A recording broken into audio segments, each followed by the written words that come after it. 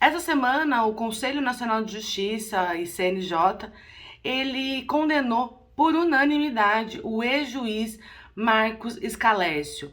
Marcos era juiz do Tribunal Regional do Trabalho da Segunda Região, o TRT2, e ele foi condenado por conta das denúncias que pairam sobre ele, né? Denúncias estas de violência sexual.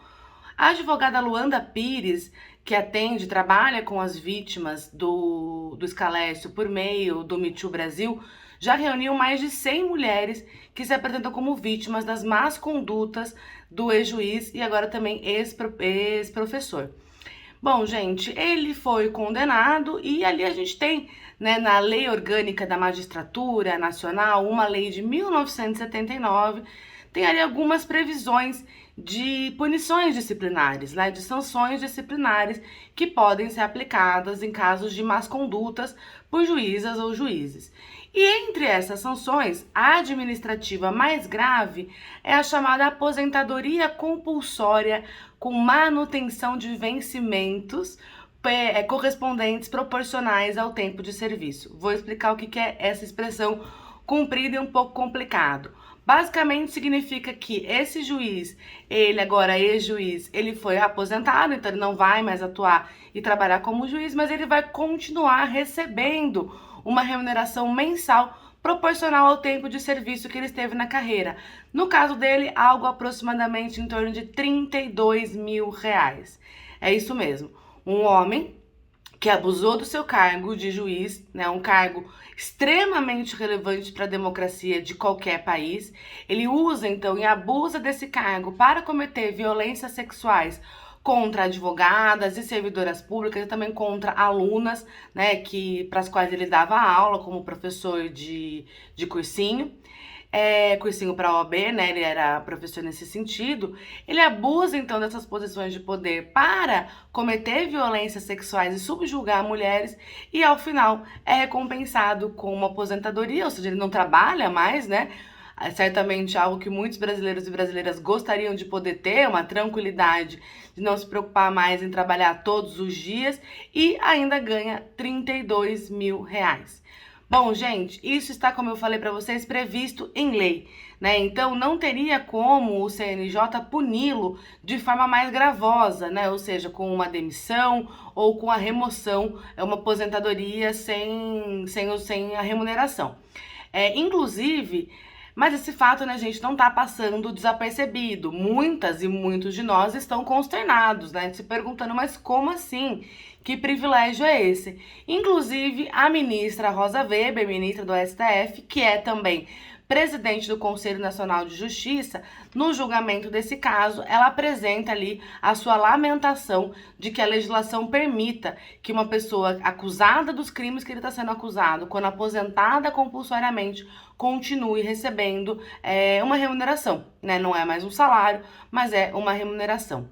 Bom, gente, infelizmente, isso está presente em várias leis orgânicas de instituições, né? Não só da magistratura, mas a gente tem outras leis orgânicas que regem aí instituições e aparatos públicos, e o que revela para nós que nem sempre a lei é justa, nem sempre a lei é ética, e ela precisa, e ela também, muitas vezes, essas leis orgânicas mostram um profundo espírito de corpo, né? Ou seja, de proteção de um grupo, um corporativismo que encharca essas leis de regulamentação de profissões que são públicas, né? Que são criadas e pensadas para a preservação do interesse público. Isso pode, o que pode acontecer agora, né, com esse ex-juiz especificamente? Ele sendo condenado numa ação judicial onde não caibam mais recursos, aquela famosa transitada em julgado, ele sim vai ser demitido. E aí ele perde qualquer tipo de acesso a rendimentos, a remuneração vinda do sistema judiciário, né? Então, e ele já tem alguns processos que estão sendo movidos contra ele. Então, todas nós, advogadas feministas que acompanhamos esse caso mais ou menos de perto, todas nós estamos contando com a justiça sendo feita nesses processos para que também as vítimas dele sejam reparadas, bem como para que ele pare de receber esse benefício que é um privilégio disparatado, né? E isso, né, gente, como eu disse para vocês, não tá só na magistratura. está também em regimentos internos de casas legislativas.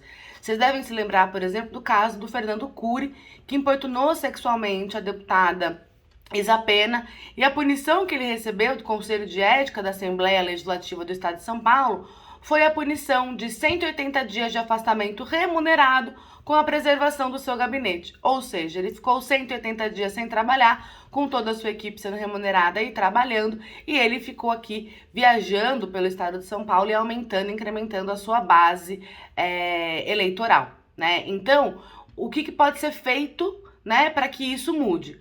É necessário que o Congresso Nacional protocole e encaminhe para votações projetos de lei que alteram tanto a Lei Orgânica da Magistratura Nacional como outras leis orgânicas, né, de outras instituições, de outras corporações e de outras casas legislativas, inclusive de si mesmas, né, para que isso pare de acontecer. Eu quero frisar aqui, gente, que eu sou extremamente defensora e favorável da vitaliciedade dos magistrados e magistradas do Brasil e da estabilidade do servidor público. Esses são instrumentos democráticos que permitem que essas pessoas que escolheram atuar pelo interesse público possam fazê-lo sem serem alvos de pressões e de constrangimentos, né? Terem ali a garantia da preservação das suas carreiras. Entretanto, é preciso corrigir algumas distorções, como essa, a distorção da aposentadoria com manutenção de remuneração, porque esse tipo de prática enfraquece a dignidade dessas instituições. Então, eu acredito que a gente ter a alteração legislativa vai aumentar o respeito dessas instituições e a sua força no Estado democrático de direito. Qual?